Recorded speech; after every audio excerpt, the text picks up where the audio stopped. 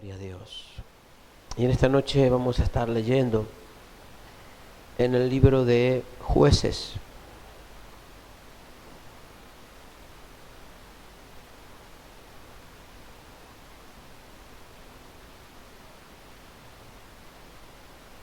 Gloria a Dios. ¿Tenemos libro de Jueces? Jueces capítulo 2. Quiero que leamos desde el versículo 1 en adelante del capítulo 2 del libro de Jueces. Gloria sea el nombre del Señor. Y dice así la palabra de Dios. El ángel de Jehová subió de Gilgal a Boquim y dijo: Yo os saqué de Egipto y os introduje en la tierra de la cual había jurado a vuestros padres, diciendo: No invalidaré jamás mi pacto con vosotros, con tal que vosotros no hagáis pacto con los moradores de esta tierra, cuyos altares habéis de derribar, mas vosotros no habéis atendido a mi voz. ¿Por qué habéis hecho esto? Por tanto, yo también digo: no los echaré de delante de vosotros, sino que serán azotes para vuestros costados, y sus dioses os serán tropezadero. Cuando el ángel de Jehová habló estas palabras a todos los hijos de Israel, el pueblo alzó su voz y lloró, y llamaron el nombre de aquel lugar Boquim, y ofrecieron allí sacrificio a Jehová. Amén.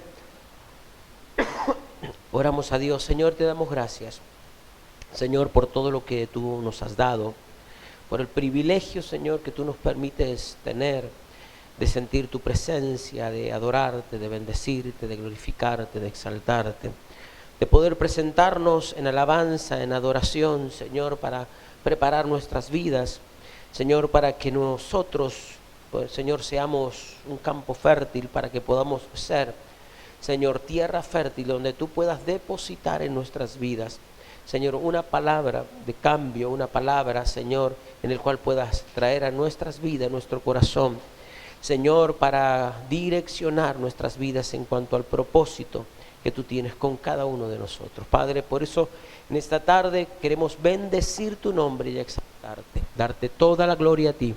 Señor, permítenos adorarte y bendecirte, Señor, y permítenos escuchar tu voz a través de tu palabra. En el nombre poderoso de Jesús. Amén y amén. Gloria a Dios. Amén. Gloria a Dios. ¿Qué quiero en esta noche, en los próximos minutos, poder estar extrayendo de la palabra del Señor algún principio que pueda bendecir nuestras vidas o nosotros podamos utilizarlo para lo que diariamente necesitamos realmente hacer? Y diariamente necesitamos enfrentarnos a diferentes circunstancias en el cual tenemos que salir airosos de cada una de ellas. Amén.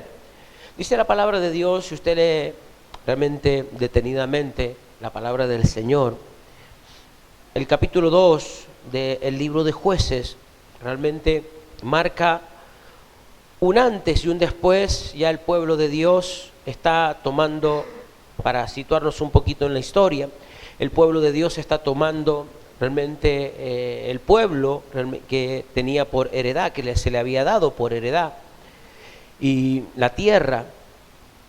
Y dice la palabra de Dios que cada una de las tribus realmente estaba encaminándose a tomar y a conquistar cada uno de los lugares que había sido realmente dado por Dios. Entonces el pueblo de Israel tenía como medida y tenía como prioridad el mandato de Dios cuando Dios habló a ellos diciendo: aquí ya han pasado el Jordán. Cuando Dios habla a Josué, introduce a tu pueblo, a este pueblo, yo te he elegido para introducir al pueblo en su heredad, para que tú realmente le des a cada una de las tribus el lugar realmente que tenían que conquistar y poseer. Y dice la palabra de Dios que cada uno de ellos, cada una de las tribus estaba tomando posesión realmente de la tierra, de su heredad. Y la premisa para todas las tribus, era conquistar, derribar todo lo que tuvieran por delante, conquistar de tal manera si encontraban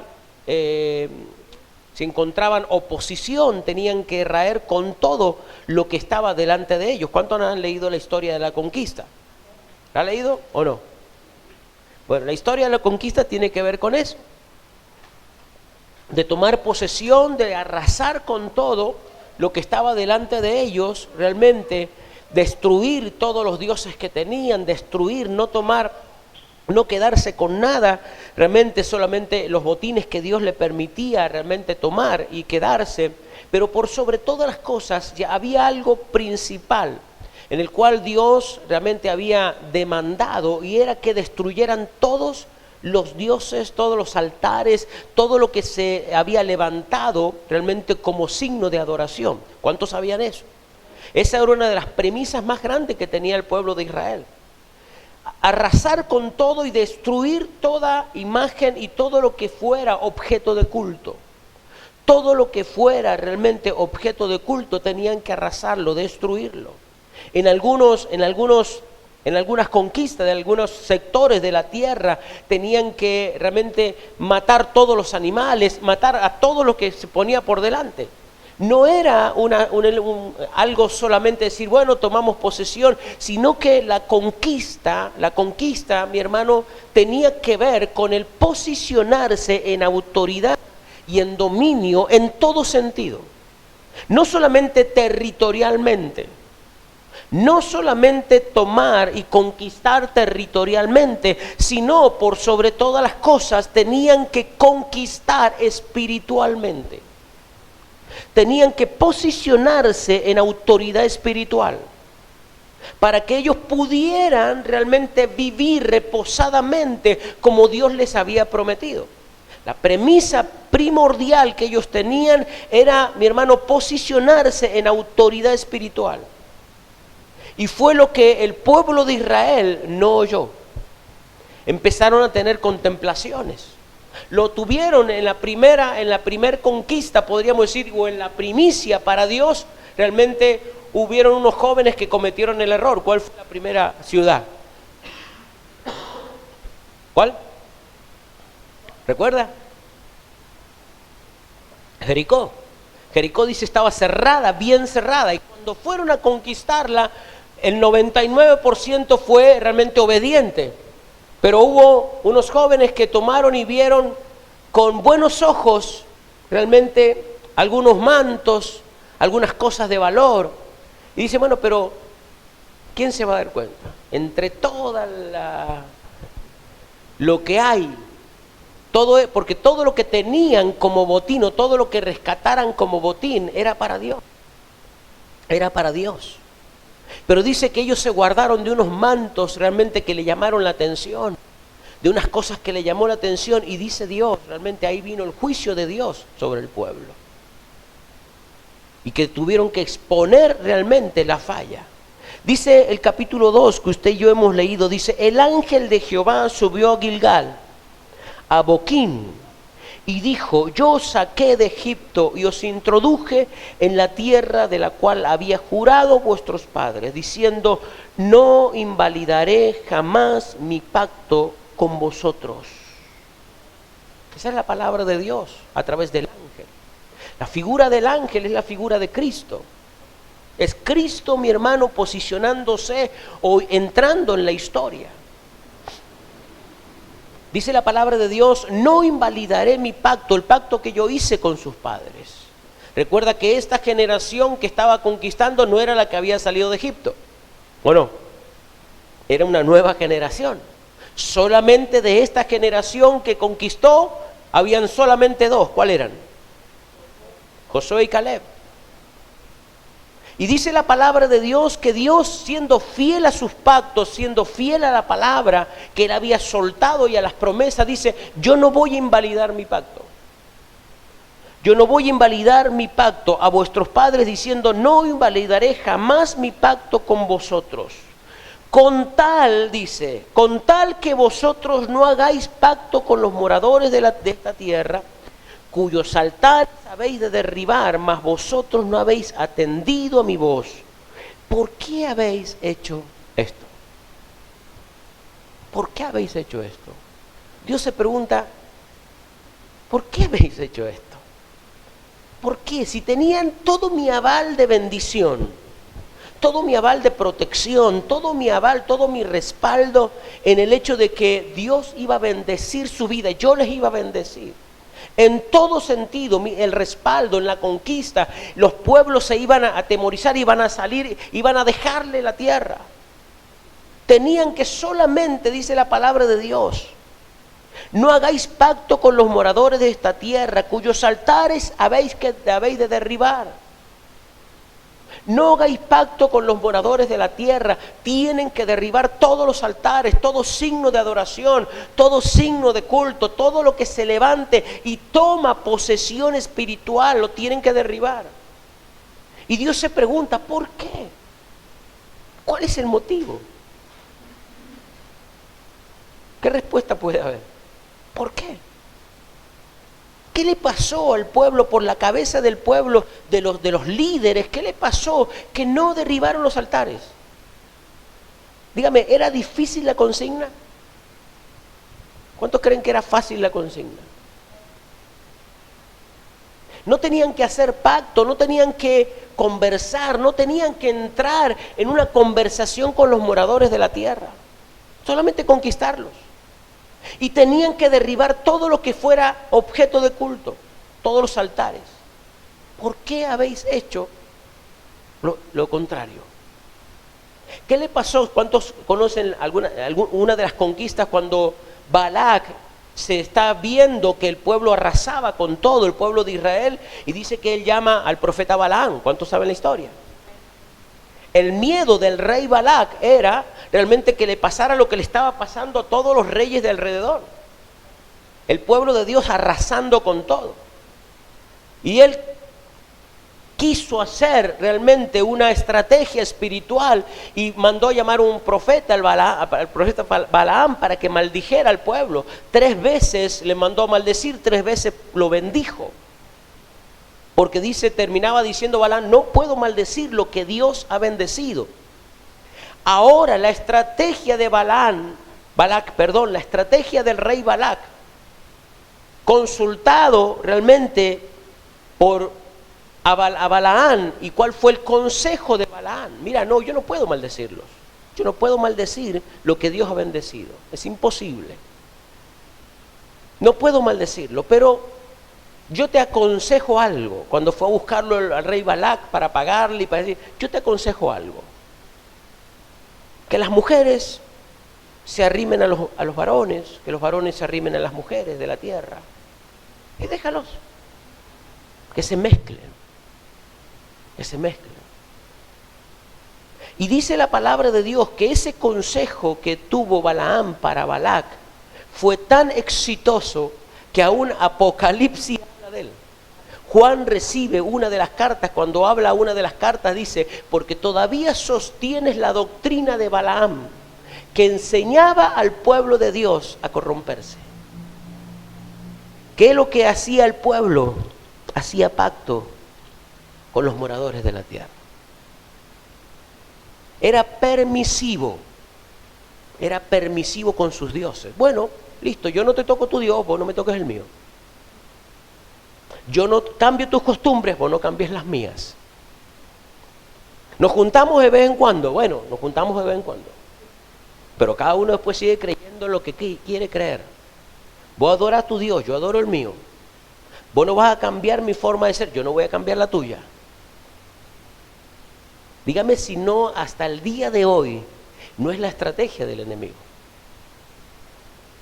Y el pueblo de Dios sigue transando con los moradores de la tierra. El pueblo de Dios sigue cometiendo el mismo error, sosteniendo conversaciones con los moradores de la tierra y terminando convencidos, porque nos creemos vivos, nos creemos sabios, nos creemos que nos las sabemos todas. Y Dios dice, pero si tenés una consigna clara, tenés una sola consigna clara, que nadie ocupe el lugar que yo tengo. Que nadie ocupe mi lugar. No puedes compartir con los moradores de la tierra porque terminarán convenciéndote. No puedes ser permisivo con las costumbres, con la cultura, con la forma, porque terminarás convenciéndote y viendo que no hay error en lo otro. Y terminaremos teniendo, mi hermano, una excusa o un argumento en el cual, mi hermano, muchas veces utilizamos: mientras no me molesten a mí, mientras a mí no me molesten, mientras a mí mi casa, mientras mi creencia no esté, y nos olvidamos que esto es un poder espiritual. Esto es mi hermano, por autoridad espiritual. Y la iglesia de Jesucristo y los hijos de Dios seguimos cometiendo el mismo error. El problema es, mi hermano, no es el problema ese, sino el problema es lo que Dios permite después. Dice: con tal que vosotros no hagáis pacto con los moradores de la tierra, cuyos altares habéis de derribar, mas vosotros no habéis atendido a mi voz. ¿Por qué habéis hecho esto? Por tanto, yo también digo: no los echaré de delante de vosotros, sino que serán azotes, en vuestros costados. Es el mal que todavía la iglesia no puede. ¿Por qué no puede salir adelante? Porque todavía estamos bajo esa lucha espiritual. Dios dejó los moradores o los apartó, se los dejó al costado. El pacto de Dios lo cumplió a rajatabla, la conquista se dio. Ellos vivieron en la tierra que fluye leche y miel. Pero los vecinos no los erradicaron, sino que tuvieron de vecinos a los filisteos, a los amonitas, a los moabitas. Fueron vecinos. ¿Cuántos han peleado con vecinos?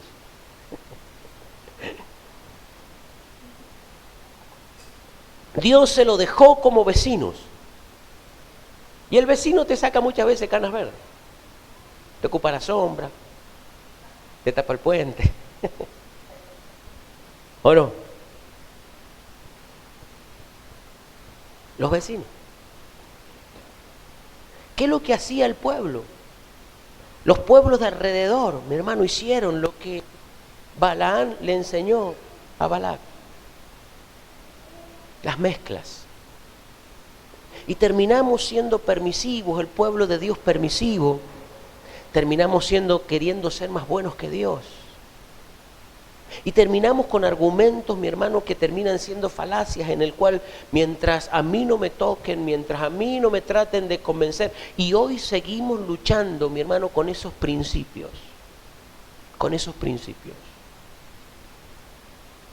El otro día escuchábamos ahí en el Tedeum, en el taller que se dio antes de la reunión final, la predicadora que venía de Neuquén, Nadia Márquez. Ella es abogada y ella se introduce, o podríamos decir se involucra en todo esto cuando realmente empezó la ideología de género, cuando empezó la educación sexual integral, cuando la iglesia fue avasallada realmente en mucho sentido por el sistema, y que la iglesia no logró nada, más allá de algunos fuegos esporádicos por ahí, algunas notas que realmente fueron de mucha ayuda.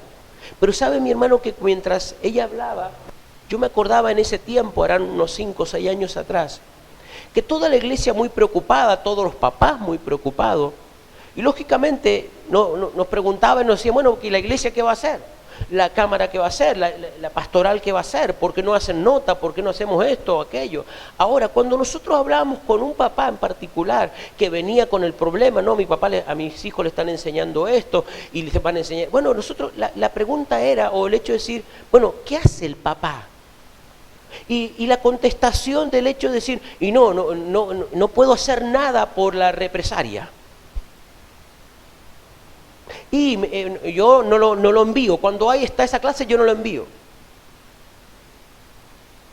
Pero, ¿por qué? ¿Y por qué no hacer una nota? ¿Por qué no confrontar? ¿Por qué no ir con la autoridad y decir: mire, esto no está en la currícula, esto está fuera de lo normal o de los parámetros, aún de la Constitución? Y porque lo exponemos al niño. ¿Cuántos hemos sentido esa? Yo he sentido muchísimas veces. Y hasta muchas veces ese pensamiento nos cae bien a nosotros. Porque decimos, no, lo que pasa es que si yo hablo, lo voy a exponer, lo van a mirar mal a mi hijo, lo van a mirar mal, lo van a estigmatizar, esto, aquello. No me diga que no, ese pensamiento no ha pasado por nuestra cabeza porque somos mentirosos y lo decimos. Ahora, queremos que Dios nos ayude, pero nosotros no queremos pagar ningún precio. Queremos el respaldo de Dios, pero no estamos dispuestos a pagar precios, a confrontar. No estamos dispuestos a valer o a hacer valer lo que yo pienso o lo que yo creo. Y no nos damos cuenta que somos permisivos. Es una iglesia permisiva. Porque ¿qué es lo que hacemos? Sacamos al niño. No, a esa clase no va. Como si fuera solamente esa clase. Como si fuera solamente una hora dentro de la currícula. Y no nos damos cuenta que es el poder espiritual es lo que está gobernando. Y en cosas pequeñas o en cosas simples, realmente llevado a lo macro de la iglesia, no nos damos cuenta y no queremos pagar el precio. No queremos pagar precio. No queremos pagar el precio de lo que creemos, de sostener lo que creemos. Mire lo que logró la minoría. Usted sabe que la minoría, por ejemplo, el colectivo LGTB1, todo es la minoría. ¿Cuántos creen que es minoría? Aún así, siendo minoría, ni siquiera teniendo una representatividad política, pero aún así siendo minoría, lograron realmente que a todos los homosexuales se les pague un subsidio. ¿Sabe cuánto lo están pensando? ¿O no? ¿Sabía? ¿Por qué? Por el hecho de la discriminación. Solamente por eso. Por eso solamente. Así que usted y yo le pagamos un subsidio a un homosexual. ¿Eso es ser homofóbico? No. No, el tema es ¿por qué yo le tengo que pagar a un homosexual por su idea, por su pensamiento? ¿Por qué lo tengo que sostener yo? Porque lo estamos sosteniendo nosotros. ¿Cuántos pagan impuestos? Todos pagamos impuestos, por más que no queramos. Lo estamos sosteniendo nosotros. Lo estamos sosteniendo nosotros eso. Ahora, ¿quién lo decidió? ¿Lo decidió usted? ¿Lo decidimos nosotros? No. ¿Por qué no lo decidimos nosotros? ¿Por qué no decidimos nosotros? Pero nosotros decimos, no, yo con mi plata haga lo que quiero. ¿Cuántos dicen eso? Y veo que no es tan así. Lo que puedo. No es tan así. Porque eso realmente fue decidido en un ámbito muy pequeño, porque eso tiene que ver con un ámbito espiritual de gobierno. Pero la iglesia sigue pensando y creyendo que solamente con la autoridad y confesando y declarando las cosas se cambian. Y no se cambian las cosas. Las cosas se cambian cuando usted y yo ponemos a Dios en el primer lugar en nuestra vida. Las cosas cambian cuando Dios comienza, mi hermano, desde el lugar de gobierno en nuestras vidas, en nuestro hogar, en nuestra familia. Ahí comienzan los cambios. Ahí comienzan los cambios. Porque si no, yo nunca tendré el 100% de la protección, del respaldo de Dios, de todo lo que Dios prometió en mi vida. Sí, yo tengo las promesas de Dios. Dios es fiel. A sus promesas Dios es fiel. Ahora, ¿por qué siento en la lucha, como dice la palabra de Dios? Por tanto, yo también digo, no los echaré de delante de vosotros, sino que serán azotes para vuestros costados. Son azotes para vuestros costados. Porque no terminamos de concluir la tarea. No terminamos de erradicar, mi hermano, las ideas del sistema en nosotros.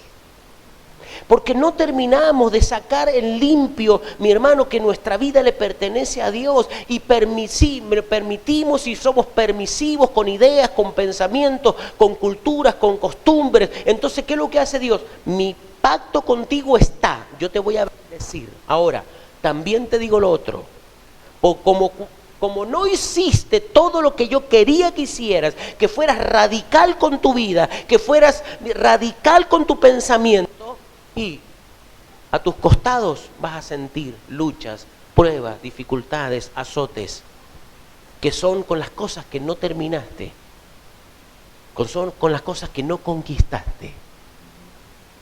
¿Y sabe cuántas cosas no hemos conquistado? Que seguimos luchando con ellas.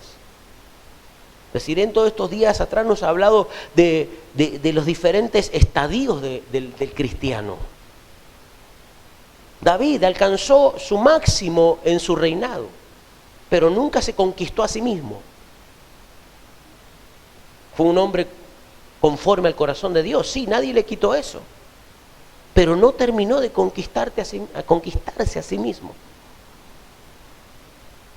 Pasó por todas las etapas. Tuvo días buenos, sí, excelente. Tuvo respaldo de Dios, sí. Todo el respaldo de Dios lo tuvo. Ahora, también vivió esta palabra, los enemigos alrededor. ¿Por qué? Porque no fue radical. Y no estoy hablando del partido político. Y el pueblo de Dios sigue siendo, mi hermano, de esa manera. No somos radicales. No terminamos de ser estrictamente, mi hermano, definidos. Y nos volvemos permisivos. Y creamos a nosotros mismos, creamos una atmósfera para nosotros, creamos como un cerco alrededor de nosotros, de nuestra vida, pero no nos damos cuenta que no es impermeable. Que el enemigo de una u otra manera se encarga de penetrarla. Con pensamientos, con costumbres, con ideas, con cosas. Y se cumple la palabra. El enemigo azotando nuestro costado, porque no terminamos de conquistar lo que debemos conquistar. Nuestra mente, nuestro corazón, nuestro espíritu, a los pies de Cristo. ¿Por qué la gente, el cristiano, da 10 pasos para adelante y 8 para atrás? Porque no termina de conquistarse. Porque no termina de conquistarse. Somos, mi hermano, como animales de costumbre, que nos damos cuenta y reconocemos nuestra falla, nuestra falta, pero la volvemos a cometer. La volvemos a cometer. Y Dios se pregunta, ¿por qué? ¿Cuál es el problema? ¿Por qué habéis hecho esto? Si yo pensé que estaba claro. Y nos volvemos, mi hermano, y volvemos a cometer el mismo error. Y todo pasa por el hecho de decir del gobierno espiritual. Porque no era el hecho de decir, bueno, que ellos se queden con lo que creen mientras no me molesten a mí. No. Estás compartiendo un territorio donde hay dos gobiernos. Donde hay dos gobiernos. Estás compartiendo una conquista o un territorio. Estás comiendo de lo mismo. Estás permitiendo ciertas cosas. Que hay dos gobiernos. Y muchas veces quien tiene que manifestar el gobierno de Dios para ser más fuerte que el gobierno que estaba, y nos dormimos. Nos dormimos. Y el enemigo, ¿qué es lo que hace? El enemigo no duerme. Él anda buscando un error en nuestras vidas para penetrar. Para penetrar nuestra vida, nuestro pensamiento. Solamente le basta a él un pensamiento y dejarlo ahí. Él sabe que tarde o temprano va a tener éxito. Va a tener éxito. Y el tiempo demuestra, mi hermano, cómo el enemigo es exitoso en su idea. Es muy exitoso en su idea. Y el pueblo de Dios realmente seguimos con el mismo error. No conquistándonos a nosotros mismos. Y siempre teniendo el mismo argumento. Nos queremos como aislar del sistema y es imposible que nos aislemos del sistema. Es imposible. Es más, mientras más el tiempo va avanzando, más visible Dios nos hace. Más visible Dios nos hace. Y la pregunta es, ¿qué vamos a hacer? ¿Qué vamos a hacer? ¿Cuál será nuestra nuestra postura, cuando ya no podamos sostener, cuando ya no podamos sostener, cuando ya no podamos sacar a nuestro hijo y decir, bueno, a esta clase no va, a esta clase tampoco, a esto, a aquello. Cuando ya no lo podamos hacer, ¿qué vamos a hacer? ¿Qué vamos a hacer? Porque llegará el momento donde la persecución será tan tangible que realmente, como dice la palabra de Dios, Malaquías, habrá diferencia entre el que sirve a Dios y el que no le sirve. Se notará. Pero usted y yo estamos en un tiempo de transición muy fuerte. La iglesia está en un tiempo de transición muy fuerte, donde es necesario que cada uno de nosotros mostremos quién está en gobierno de nuestras vidas. ¿Quién está en gobierno? Nos cuesta todos los días, todos los días. Pero mi hermano, no he visto, y la palabra de Dios no muestra a ninguno que haya confiado en Dios y que haya perdido.